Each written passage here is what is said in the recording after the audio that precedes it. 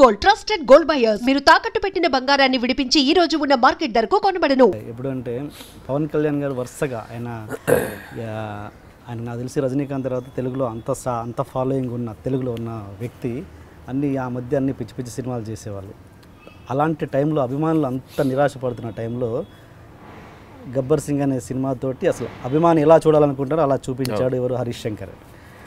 ఆ తర్వాత మళ్ళీ నాకు అనిపించింది హరీష్ శంకర్ తర్వాత మళ్ళీ పవన్ కళ్యాణ్ని అలా చూపించే వ్యక్తి అనిల్ రావిపూడి నాకు అనిపించింది.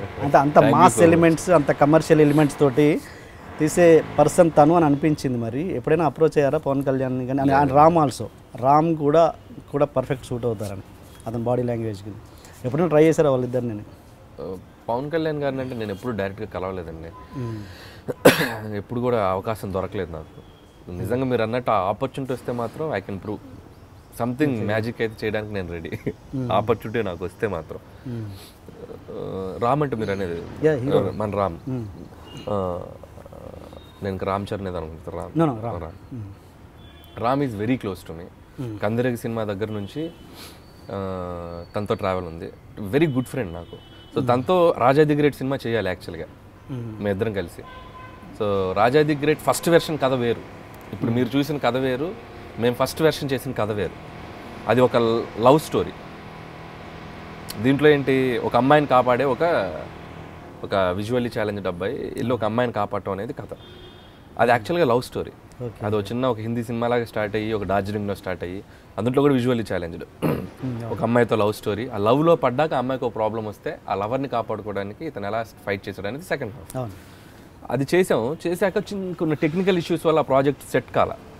సో అప్పుడు ఏదో చిన్న ప్రొడక్షన్ దీంట్లో వాళ్ళు చేయాలా వీళ్ళు చేయాలని ఒక చిన్న దీంట్లో ఒక కన్ఫ్యూజన్లో పడి ఆ సెట్ కాల.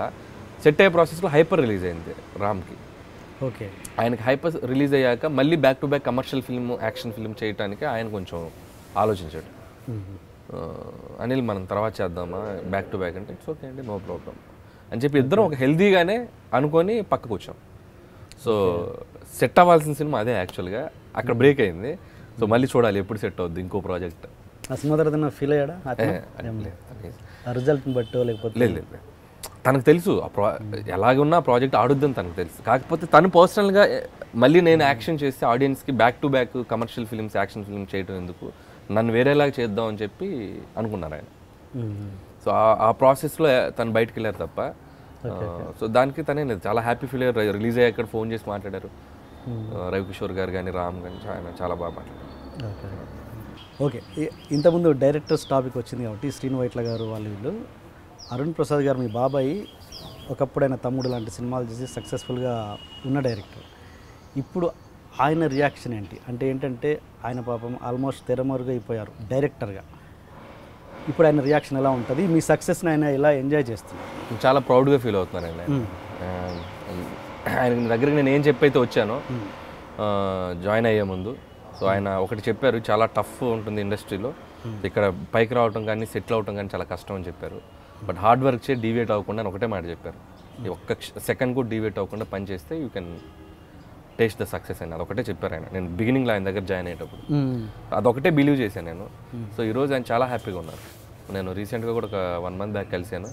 So is very happy. నా ప్రతి ఫిలిం చూస్తారు, ఫోన్ చేసి మాట్లాడుతారు. F2 ఇంకా నేను మాట్లాడలేదు, చూసుంటారు, ఇంకా చేయాలి. ఓకే, చేసి మాట్లాడాలి, చూసుంటారు నాకు తెలిసి. Very happy. Okay okay. బాబాయ్ అంటే మా అమ్మ వాళ్ళ మేనత్త కొడుకు, అంటే మా అమ్మ ఫాదర్ సిస్టర్ కొడుకు. ఓకే, సో అలా. Okay okay. అంటే డైరెక్టర్స్ అనేవాళ్ళు నాకు తెలిసి 2 రకాలుగా ఉంటారు. ఒకటేమో తనకు నచ్చింది తీసుకుంటూ పోవడం, అది సిట్టా ఫ్లాపా పక్కన పెట్టి తనకు నచ్చింది తను సాటిస్ఫై అవుతే చాలు, ఆర్జీ గారు లాగా తనకు నచ్చింది తీసుకుంటూ పోవడం. ఇంకొకరు తనకు నచ్చకపోయినా తన కంటెంట్ ఇదైపోయినా కమర్షియల్ ఎలిమెంట్స్ జోడి చేస్తూ ప్రొడ్యూసర్ని సేఫ్టీగా ఉంచుతూ తనకు కొంచెం నచ్చకపోయినా గెటాన్ అవుతూ ఉండడం. ఈ రెండిట్లో మీరు ఏ టైప్ డైరెక్టర్? రెండోదే అండి, మొహమాటమే లేదు, రెండోదే. అంటే ఒకటి నా ఇన్వెస్ట్మెంట్ అయితే, నేను పెట్టే రూపాయి అయితే నేను ఏమైనా చేయొచ్చు. ఇప్పుడు మీరు నన్ను నమ్మి, మీరు సపోజ్ ప్రొడ్యూసర్ అనుకోండి, నన్ను నమ్మి అనిల్ బాగా తీస్తాడని సినిమా నా దగ్గరకు వచ్చి నీ మీద ఒక 10 కోట్లు బడ్జెట్ పెడతానబ్బా నాకు మంచి సినిమా తీసి పెట్టి అనిల్ అంటే నేను మీకు పెట్టిన 10 కోట్లు రూపాయి లాభం రాకపోయినా ₹1 నష్టం రాకుండా పనిచేయాలి. ఓకే. దానికి నేను ఏం చేయాలో అదే పని చేయాలి. దట్స్ వాట్ సినిమా నేను బిలీవ్ చేసే సినిమా అదే. నిర్మాత బాగుంటే 10 మందికి వర్క్ దొరుకుద్ది. సో ఫస్ట్ ప్రయారిటీ నేను ప్రొడ్యూసర్కే ఇస్తాను. ఇది నా 4th ఫిలిం. ఆ ప్రొడ్యూసర్ తీసిన సినిమాకి at the end of the day అతనికి మన వల్ల నష్టం రావద్దు. మన డిస్ట్రిబ్యూటర్స్కి మన వల్ల అరే ఏం సినిమా తీసాడు అబ్బాయి వీడి వల్ల మనకి ఎంత నష్టం వచ్చిందని వాళ్ళు ఫీల్ అవుద్ది. సో దానికి మనం ఎన్ని మ్యాజిక్లైనా స్క్రిప్ట్లో చేయండి. మేబీ కొంతమందికి మనం చేసేది నచ్చకపోవచ్చు, మేబీ కొంతమందిని మనం సాటిస్ఫై చేయలేకపోవచ్చు. What ever it is, at the end of the day ఏం మాట్లాడుతుంది, మన సినిమా రెవెన్యూ ఏంటి, మన సినిమా కొన్న వాళ్ళకి నష్టం వచ్చిందా లాభం వచ్చిందా అదే కౌంట్ చేస్తారు. అనిల్ బాగా ఆలోచించాడు లేకపోతే అనిల్ ఇది చేశాడు అది సెకండరీ. దీన్ని బట్టే కదా మనం సక్సెస్ డిఫైన్ చేస్తాం. నేను పెట్టిన డబ్బుకి రూపాయి ఇస్తే హిట్, పెట్టిన డబ్బులు రాకపోతే ఫ్లాప్. సో నేను రెండోదే నమ్ముతాను, ఆ రెండోదే చేస్తాను. ఓకే. ఇది ఇప్పుడు నడుస్తున్నప్పుడు అది okay, but the end of the day మన ఏమంటారు ఏం జీవితం అంటారు అది శేష జీవితంలో ఉన్నప్పుడు మనం చెప్పుకోవడానికి ఏం సినిమాలు తీసాంరా అని కూర్చున్నప్పుడు దానికి కొన్ని ఒక దంగల్, ఒక ప్యాడ్మ్యాన్ లాంటి సినిమాలు ఉండాలి కదా మనకు కూడా. అలాంటివి చేయడానికి ఏం చేస్తుంటాను? నేను చేస్తాను ఇప్పుడు అది డెఫినెట్గా. నేను ఆల్రెడీ నేను ఆ ప్లాన్లో కూడా ఉన్నాను. బట్ మీరు అన్నట్టు దంగల్ కూడా it's a commercial film. Yes, కమర్షియలే. But way of treatment, way of acting, way of screenplay అనేది కొంచెం న్యాచురల్గా ఉంటుంది, రియలిస్టిక్గా ఉంటుంది. సో ఆ జోనర్లో కూడా నేను సినిమా చేద్దాం అనుకుంటున్నాను. చేసినా కూడా నా కైండ్ ఆఫ్ లిటిల్ ఫన్ ఉంటుంది. ఇప్పుడు మేబీ ఇలాంటి ఎగ్జాస్ట్ లౌడ్ ఫన్ ఉండకపోవచ్చు, బట్ ఆ సినిమాకి కావాల్సినటువంటి చిన్న ఫన్ ఎలిమెంట్స్ ఉంచుకుంటూ బట్ అలాగే సిన్సియర్గా అటెంప్ట్ చేసి ఒక సినిమా చేయాలని ఉంది. బట్ సూన్ చేస్తాను అలాంటి సినిమా.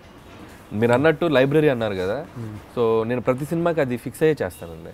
నేను తెలుసో తెలియకో సంగీతం శ్రీనివాసరావు గారిని కొంచెం ఎక్కువ ఫాలో అవుతుంటాను. ఓకే.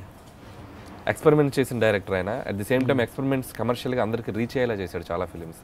ఒక విచిత్ర సోదరులు అనే సినిమా ఒక మరగుజ్జు పాత్ర పెట్టి పక్కా కమర్షియల్ ఫార్మాట్లో తీశారు సినిమా. ఒక రివెంజ్, ఫాదర్ని చంపిన రివెంజ్ని ఒక చిన్న బాబు ఎలా మరగుజ్జు కమలాసన్ ఎలా రివెంజ్ తెచ్చుకుంది, అంతకు మించిన ఫార్మాటే ఉంది. సో నేను అది బిలీవ్ చేస్తాను. దానికి ఆ ఐడియా నుంచి నేను రాజా ది గ్రేట్ తీసుకున్నాను. ఒక డిజేబుల్ని ఏదైనా చేయగలడు అనేది మనం ఎక్కడో చోట మన ముందున్న మహానుభావులు చాలా చేశారండి సినిమాలో. మనం పెద్ద కష్టపడక్కర్లా. క్రియేటివిటీకి ఇప్పుడున్న దీనికి to be Frank 50s, 60s, 70s, 80s, 90sలో చాలామంది డైరెక్టర్స్లో ఎక్స్పెరిమెంట్స్ బోల్డ్ చేసేసారు. మనం కరెక్ట్గా చూసుకుంటే అలాంటి జోనర్స్ కొన్ని పిక్ చేసుకుంటే మంచి సినిమా చేసుకుంటూ వెళ్ళిపోవచ్చు. సో నేను సంగీతం గారిది కొంచెం ఫాలో అవుతుంటాను. అందుకే రాజా ది గ్రేట్ అనే సినిమా నేను అంత ధైర్యంగా అటెంప్ట్ చేయగలిగాను. ఇప్పుడు అదే రాజా ది గ్రేట్ని నేను కాబిల్లాగా తీయొచ్చు, లేదంటే కొంచెం రియలిస్టిక్గా కొంచెం లైవ్లీగా తీయొచ్చు. బట్ రవితేజ లాంటి హీరోతో నేను అంత బడ్జెట్ పెట్టి నేను ఆ సినిమా అలా తీస్తే అది రేపు వర్క్ కాకపోతే అసలు దాన్ని ఎవరు గుర్తించరు. సో అవన్నీ కొన్ని కాంప్లికేషన్స్ ఉంటాయి. వాటన్నిటిని పెట్టి మళ్ళీ అవుట్ ఆఫ్ లాజిక్ వెళ్ళకుండా చేయాలంటే చాలా కమర్షియల్ సినిమా తీయటం చాలా కష్టం అండి. ఒక సెక్టర్ ఆఫ్ ఆడియన్స్కి సినిమా తీయడం చాలా ఈజీ నన్ను అడిగితే. వాడు బిలీవ్ చేసి వెళ్ళిపోవచ్చు. కమర్షియల్ సినిమా అనేసరికి ఓవరాల్గా అందరు ఆడియన్స్కి రీచ్ అయ్యేలా చేసేటప్పుడు కొంచెం తెలిసిన పాయింట్ ఉంటుంది, కొంచెం నావెల్గా కొన్ని చెప్పాలి. మళ్ళీ తీసిన సినిమా తీస్తే చూడరు. దాంట్లో ఏదో కొత్తదనం ట్రీట్మెంట్లోనో, ఫైట్స్లోనో, లేకపోతే డైలాగ్స్లోనో, ఎంటర్టైన్మెంట్ సీక్వెన్స్లోనో ఏవో కొన్ని కొత్త ఎలిమెంట్స్ పెట్టాలి. సో అది కొంచెం ఎప్పుడు రిస్క్ షాటే. దాన్ని జాగ్రత్తగా డిజైన్ చేసి చేయాలి కమర్షియల్ ఫిలిమ్స్.